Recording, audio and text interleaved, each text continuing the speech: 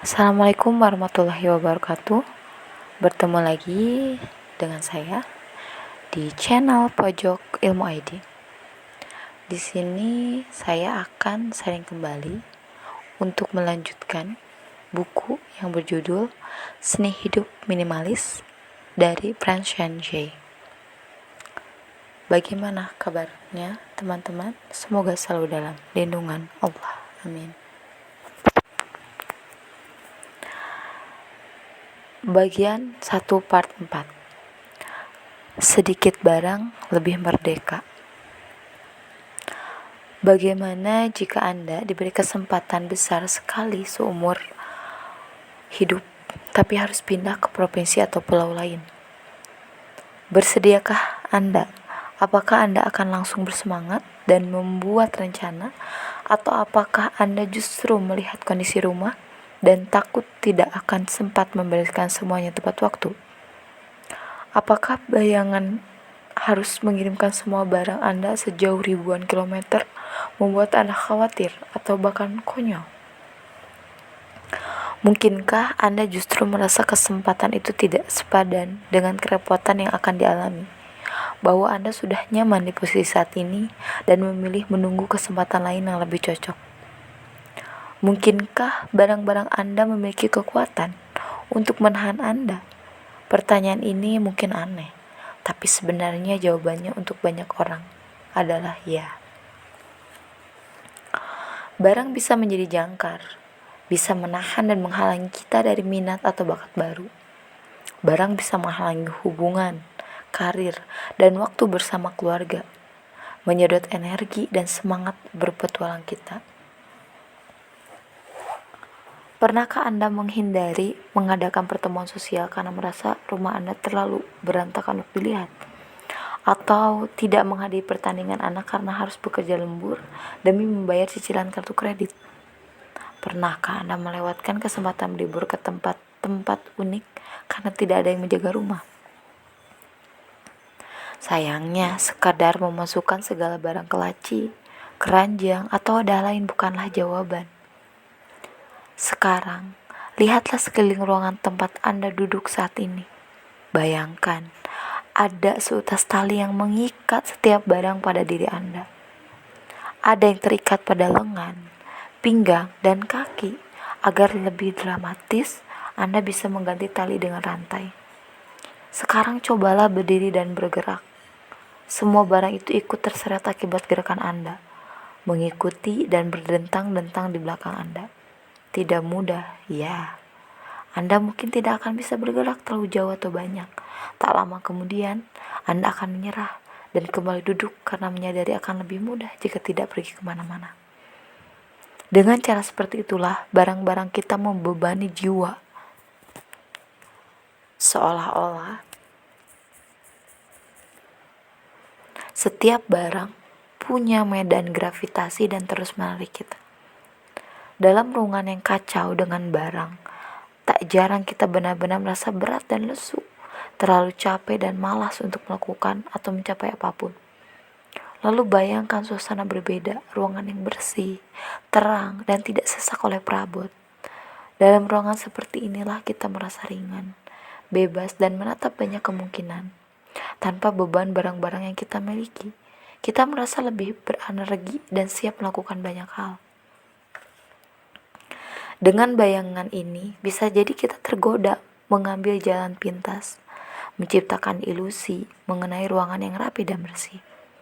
Mudah kan? Cukup pergi ke supermarket, membeli wadah-wadah cantik dan ruang minimalis pun akan langsung tercipta. Sayangnya, sekedar memasukkan segala barang ke laci, keranjang, atau wadah lain bukanlah jawaban. Karena barang-barang tersembunyi, entah itu di lemari, gudang, atau tempat penyimpanan lain di luar rumah, tetap ada dalam pikiran kita. Agar mental kita bisa dibebaskan, kita pun harus melakukan perubahan yang sungguh-sungguh. Pertimbangan lain adalah selain membuat ruangan sesak dan membebani pikiran, barang pun menguasai keuangan kita lewat utang yang kita gunakan untuk membelinya. Semakin besar nilai utang, semakin sulit tidur, dan semakin terbataslah kesempatan kita. Keharusan bangun pagi dan memaksakan diri melakukan pekerjaan yang tidak kita sukai bukanlah perkara kecil. Dan semua itu kita lakukan untuk membiayai barang-barang yang tak lagi kita miliki, gunakan atau bahkan inginkan. Padahal ada begitu banyak hal lain yang bisa kita lakukan. Selain itu, jika menghabiskan seluruh penghasilan dan mungkin juga tabungan untuk barang, sama saja kita menyanyikan sumber daya yang seharusnya bisa digunakan untuk hal lain yang lebih bermakna seperti seni atau investasi pada bisnis baru. Bepergian adalah analogi yang tepat untuk menggambarkan rasa merdeka yang ditaruhkan oleh cara hidup minimalis. Bayangkan saja betapa repotnya menyeret 2 atau 3 koper berat setiap kali kita berlibur. Setelah cukup lama nanti kesempatan berjalan-jalan, Anda tidak sabar untuk menjelajahi tempat tujuan begitu pesawat mendarat. Tapi tidak bisa. Anda harus menunggu dan menunggu koper di tempat pengambilan bagasi. Lalu membawanya keluar bandara. Rencana menaiki transportasi umum hanya rencana. Mengikat banyaknya barang bawaan, lebih baik memanggil taksi. Langsung pergi berkeliling kota pun tidak mungkin, karena harus singgah di hotel untuk menaruh tas.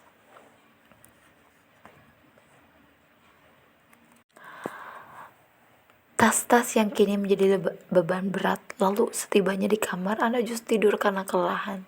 Sebaliknya, minimalisme membuat kita dapat bergerak lincah. Coba bayangkan, bepergian hanya dengan satu ransel ringan, pengalaman yang kita dapatkan pasti luar biasa berbeda.